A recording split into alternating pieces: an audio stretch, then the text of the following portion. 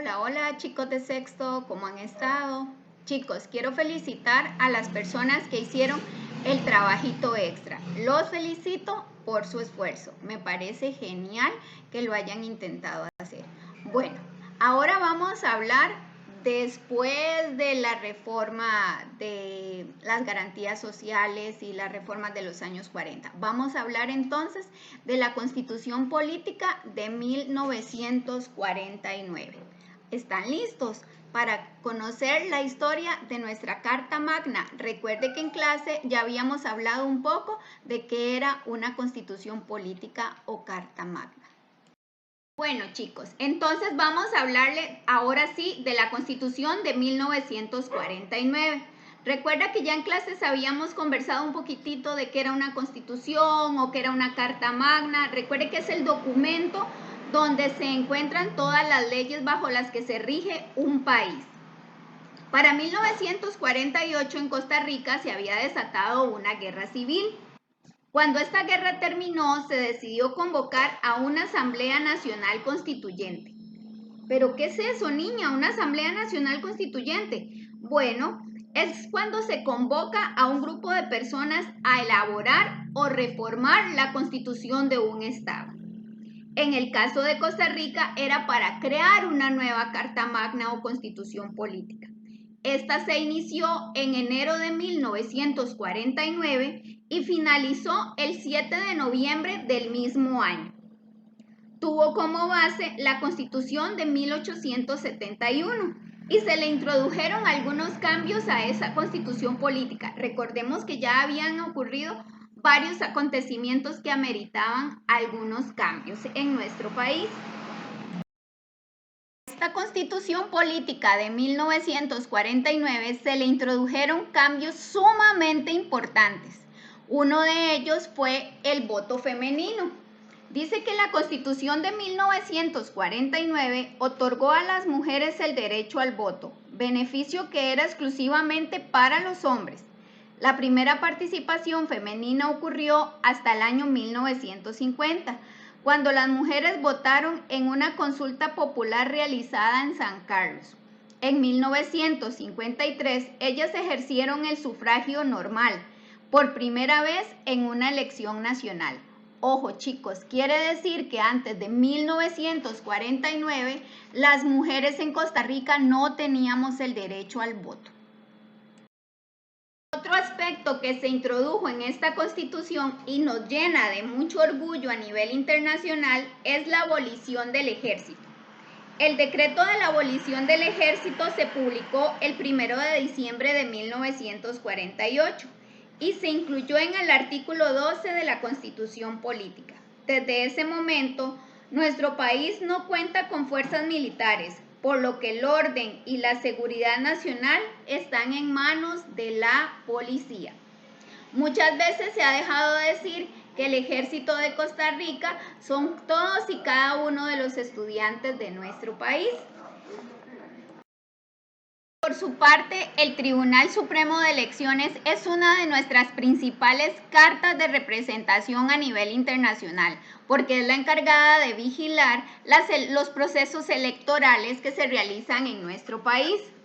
Dice que de acuerdo con el artículo 99 de la Constitución Política, el Tribunal Supremo de Elecciones se creó con la finalidad de garantizar la organización, la dirección y la pureza del sufragio. Sufragio es sinónimo de voto, así como el respeto a la voluntad popular.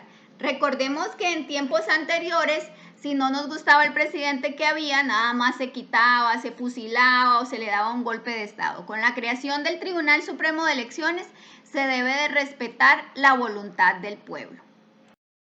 Algo que es muy importante rescatar, chicos, es que los derechos establecidos en la Constitución Política o Carta Magna es para todos, sin importar nuestra edad, nacionalidad, género, color de piel, no, están hechos para todos. A nivel mundial, los derechos suelen agruparse según sus generaciones, de acuerdo con el momento en que fueron aprobadas. Existen 3 generaciones de derechos, como se los voy a explicar a continuación. Estos derechos son los derechos de primera generación. Dice que los derechos de primera generación consideran a la persona como un individuo dotado de libertad y de autonomía. Estos derechos de primera generación se dividen en dos. Primeramente están los derechos civiles. ¿Cuáles serán los derechos civiles? Bueno, los que se le dan a las personas por el simple hecho de ser seres humanos, como por ejemplo el derecho a la vida, el derecho a la libertad y el derecho a la igualdad. Luego están los derechos políticos. Estos son los que le permiten a las personas incorporarse a la vida política. Por ejemplo, el derecho al sufragio o voto y el derecho a la participación ciudadana. Hey, chicos, también existen los derechos de segunda generación. Estos derechos se refieren a los derechos de los individuos en la sociedad, bien sea por la actividad que desempeñan o porque necesitan alguna protección especial. Estos derechos buscan garantizar a las personas el acceso a un nivel de vida digno. Los principales que podemos destacar está derecho al trabajo, derecho a la educación, derecho a la libertad sindical, derecho a la seguridad social y derecho a trabajar en condiciones sanitarias adecuadas. Básicamente, ¿qué es? Velar porque la parte social de cada uno de los individuos se esté cumpliendo de manera adecuada. Y por último, chicos, están los derechos de tercera generación. Esos se encargan de cuidar a los diferentes grupos que existen en un país, como etnias, nacionalidades o diferentes conjuntos de personas.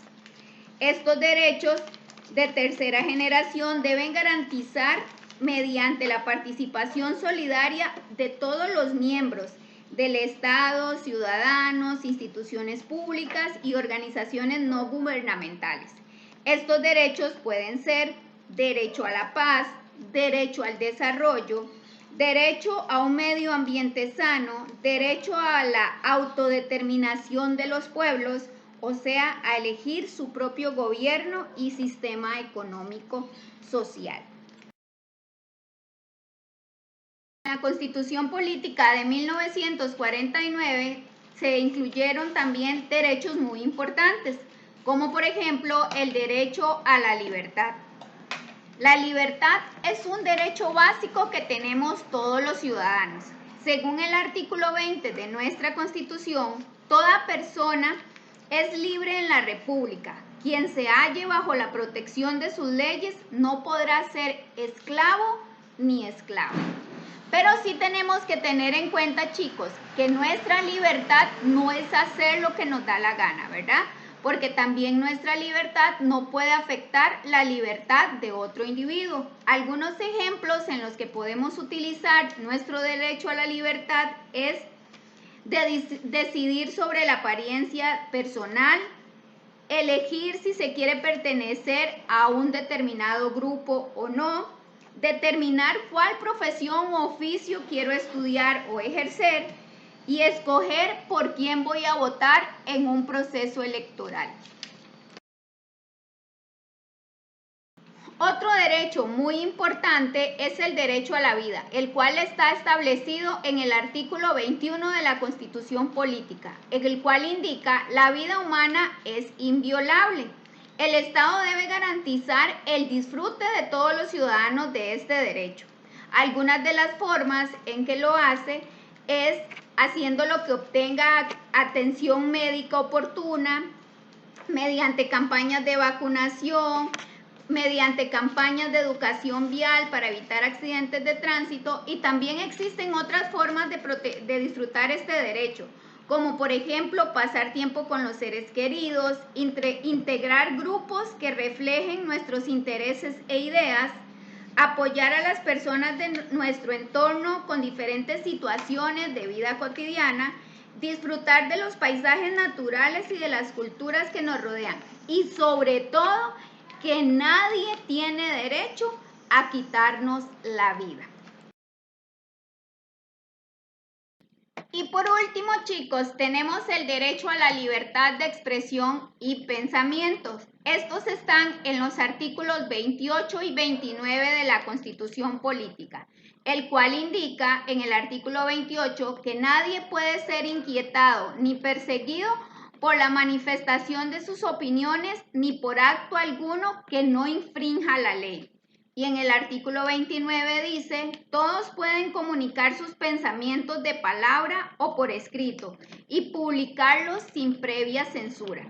Algunas formas en las que podemos gozar de este derecho es escribir artículos en diarios o redes sociales, expresar los intereses con respecto a una decisión familiar, hacer pública la percepción personal con respecto a temas de interés nacional, como por ejemplo con qué presidente voy, con quién no voy, si quiero ir a huelga, no quiero ir a huelga, etcétera, y opinar de las discusiones de las clases propias de la asignatura en la que estamos. O sea, ustedes le pueden contradecir con todo derecho a la niña Angie, sin que la niña Angie se los prohíba, siempre y cuando se haga con total respeto. Bueno, chicos, y llegamos al final de la clase de hoy. Espero hayan logrado comprender de qué se trata la Constitución Política de Costa Rica o nuestra Carta Magna.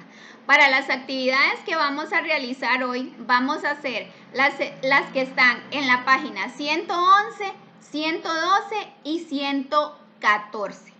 Chicos, muy importante, necesito también que realicen una lectura de la página 105 a la página 110 para que no se les vaya a escapar ningún detalle de lo que vimos en la clase de hoy. Si tienen alguna duda, pueden llamarme o preguntarlo con toda tranquilidad.